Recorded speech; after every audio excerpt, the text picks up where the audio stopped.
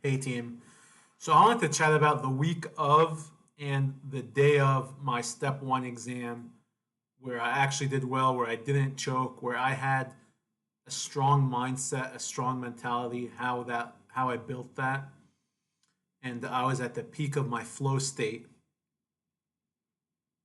meaning I was able to focus and develop an earnest want to answer questions, and I was happy about it. I was excited. And happiness drives performance. I mean, that's just the truth. You can look around the world and you know that when people really believe in something, they're so motivated to do it.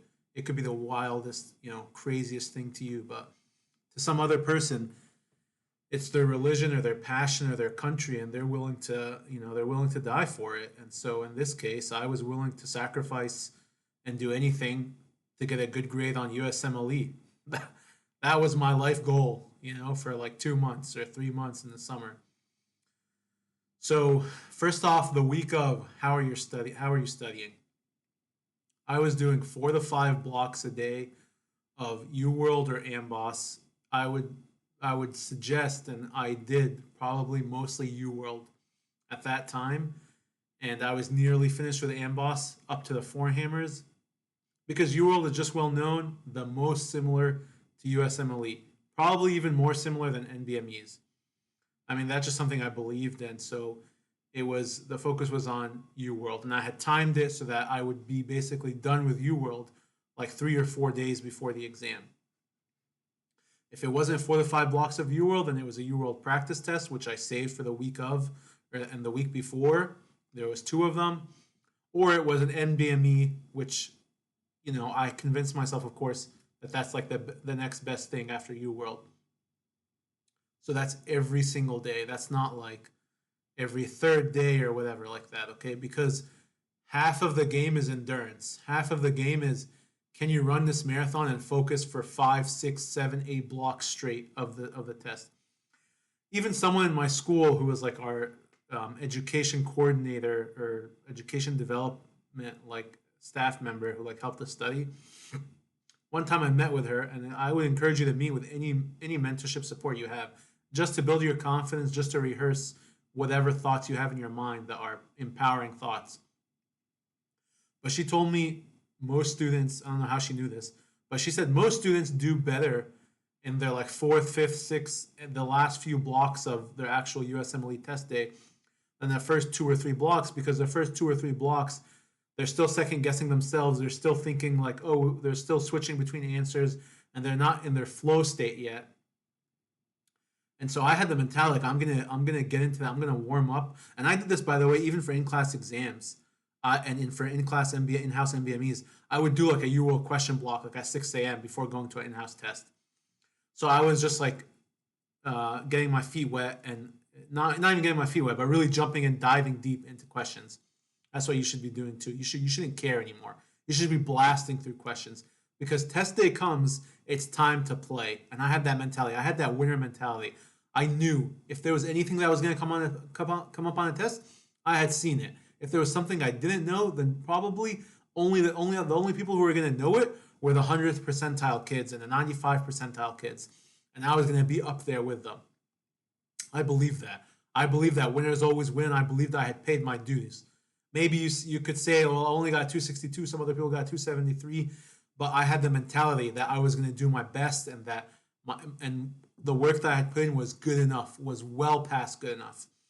So for me, I had that mentality that it's time to play, it's time to perform. I felt like it was a championship for me, like I was some athlete, okay? And I psyched myself up. I was so excited. I'm gonna go into this test. I'm gonna play. I'm gonna read the question. I'm gonna identify what they're trying to ask. I'm gonna shoot my shot. I'm gonna score that 3 pointer. I'm gonna get those low hanging fruit. I'm gonna keep moving. No second guessing. I wasn't questioning myself. I wasn't double triple checking my answer. No, reading the question, answering it, boom, move on, move on. Why? Because even if you miss a question or two that would have gone right if you had spent 10 minutes on it, that time and that effort is taking away from your future questions.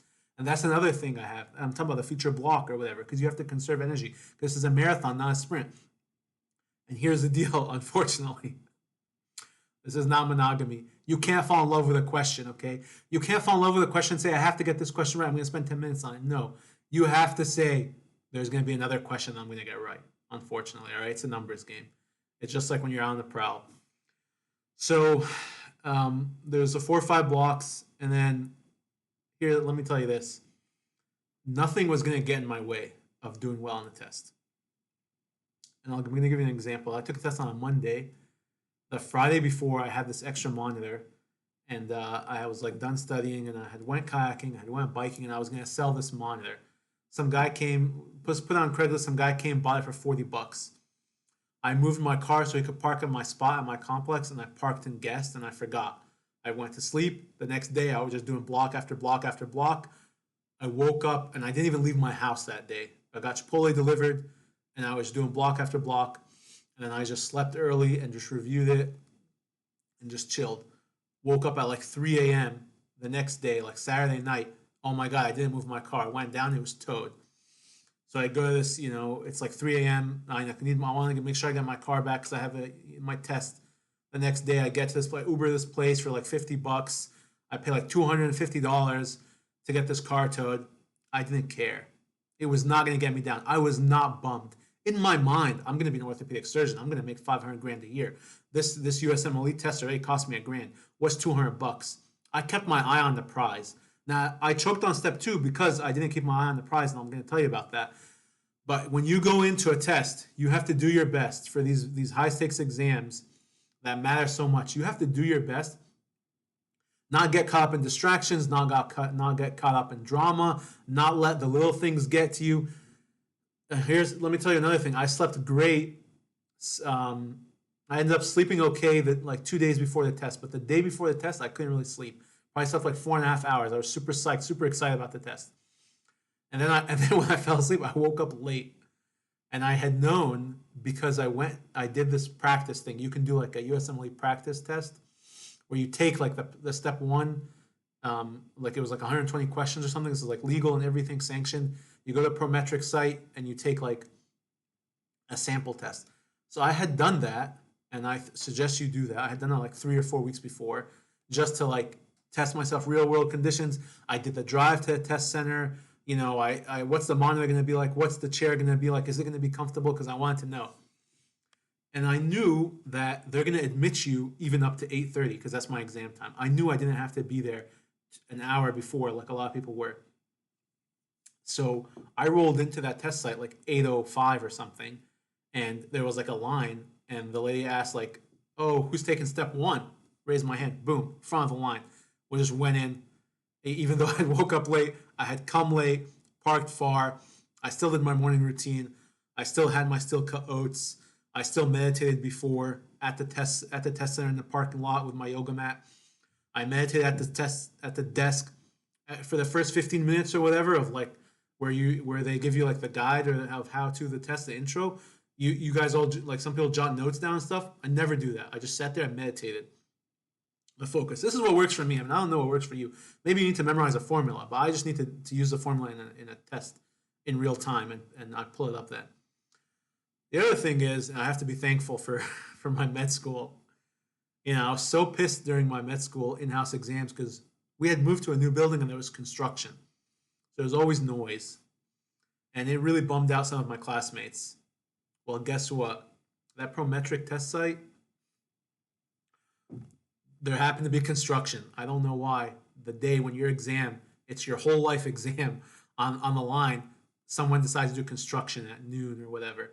And, no one cares about you, unfortunately. So there was all these construction noises, and I heard them, and I smiled. I was so happy. I was like, my med school prepared me for this, okay? I'm used to random noises during a high-stakes exam, and I'm used to zoning them out. So I just kept, I kept playing. I kept playing the game.